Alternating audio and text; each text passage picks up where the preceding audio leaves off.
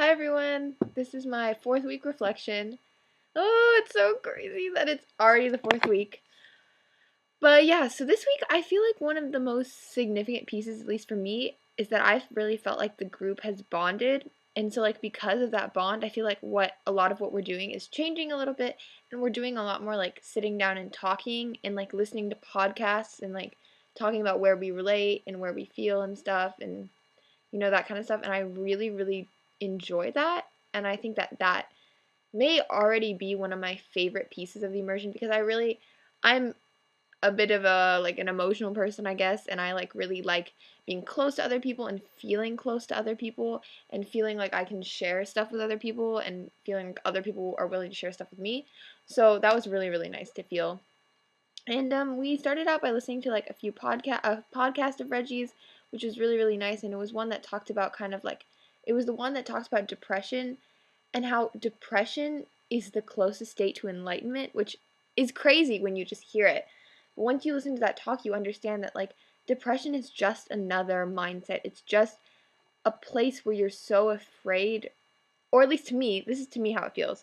It's a place where you're so afraid of what you can become that you revert even past your small self. Like, this is how it makes sense in my mind, at least, is that it's a moment where you realize everything that you can become, but it's just overwhelming. It's too much. So you revert back into your tiny, tiny self. And, that's kind of depression is a point on the edge. It's a point where you're at the brink of either becoming everything that you have the power to be or becoming small again. It's almost like this limbo space, I guess. And that's something that in normal or conventional studies, you would never hear that, but it makes so much sense. And I mean, I even when you're sad, I feel like being sad it's a space where you're on the edge of something. It's a space between being accepting something and not accepting it. That's what I think sadness is, at least for me, is when I think about it, is when I get sad about something, it's are you going to accept it? Are you going to sit with it? Or are you going to keep getting sadder and you're going to get angry and you're not going to accept it? Are you going to go to your larger self or your smaller self? That's at least what I feel like. And that's something that's completely different from anything I've ever thought of. Anything. And that's honestly, to me, why this has been so valuable. It's because every day I go into immersion and I learn something new about myself, about my emotions, about how I react to things, about what I'm afraid of. And I just feel like that's something that I'm not gonna really learn anywhere else. Where else am I gonna get it? And also the Toshindo graduation ceremony was really, really emotional for me because I'm so proud of everyone in the immersion. I'm just so proud because I see everyone working so hard and everyone giving Toshindo their all, and nobody's just making fun of it or making a game of it or just not caring. Everybody cares so much, and that's something that I'm so proud of everyone for doing because that's a big thing, I think. And I think that it's amazing that that this group has the respect for people and just maturity and all that stuff, and that they do it and they take it so seriously. And the fire ceremony was really, really nice too. I really liked that. And I had a hard time figuring out what I wanted to write on my stick because I was kind of afraid that if I wrote something too conventional, I guess, that it would be I don't know, I worried that it would be me reverting to my smaller self, I guess.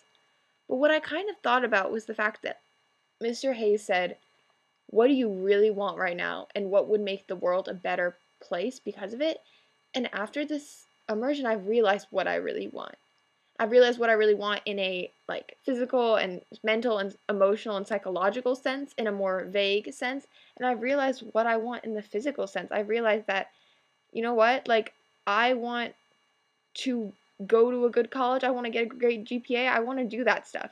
It's not even me anymore. I don't feel like it's being linear. I don't feel like it's being a perfectionist anymore. It's me saying, hey, this is what I want, and I'm going to go get it. You know what I mean? I'm not going to beat myself up if I don't get it, but I'm going to do everything I can to get it, and I'm going to try and do it in the best way. And I don't know. I still don't know if that's reverting too much to a small self and not being enlightened, I guess. I still don't know if that's what it is, but to me it feels really, really real right now what I'm feeling. it feels real, and so I'm gonna go with it. That's my experience right now. Is when he handed us that stick and he said, "What do you want?" I said, I want to get into a good college, I guess, and I wanted good friends, and I wanted all of my friends and family to be happy. I think that's something that's really important to me. Is I want so bad for everyone to be happy. And I realized that, like, even though I see that as a really positive trait about myself, I think is that I feel very much like I get really proud of people, and I really want people to succeed and do well. I'm it's easy for me to be proud of people and stuff, and I want them to do well and I want them to succeed. But I realize in doing that, I also become a bit of a people pleaser. So again, that's something like I am a bit of a people pleaser. So I think I'm working on where's that line between being a people pleaser and being proud of people and being happy for people and wanting the best for other people while still wanting the best for yourself. And I don't know, it's been such an emotional, intense month, and I never thought that it would have been like this. Like, going in, I couldn't have imagined this. I couldn't have even thought that this was going to happen or that I was going to feel the way I do. As I don't cry in front of people. I hate crying in front of people. And then I feel like I've just cried so much this immersion, and it's just like, it feels so real. And I think that goes back to like the first week is live in the moment, live for the experience, don't live for what you make up in your head. And like, I close my eyes right now and I can go back to the experience of sitting in the room and feeling what I feel and learning all these things and hearing other people's stories and feeling so proud of seeing all of my friends in the group just progress so much, and feeling so proud of everyone and just so happy for everyone and so in awe of everybody who's teaching us. And Mr. Hayes, Mr. McGlawn, Mr. Cummings, even Mr. Squires, you, so proud and so in awe of everything that we're learning. And it's just it's the most different I felt in a long, long time.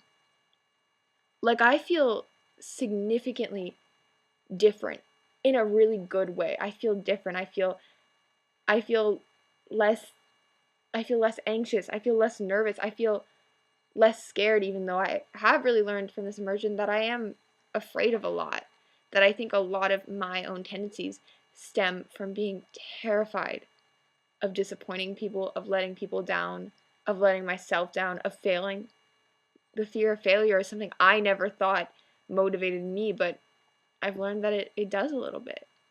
And I've also learned that, you know what, even though in my head I don't think of myself as strong or someone who can, like, punch and kick and whatever, that, like, hey, I can learn to do it too, you know what I mean?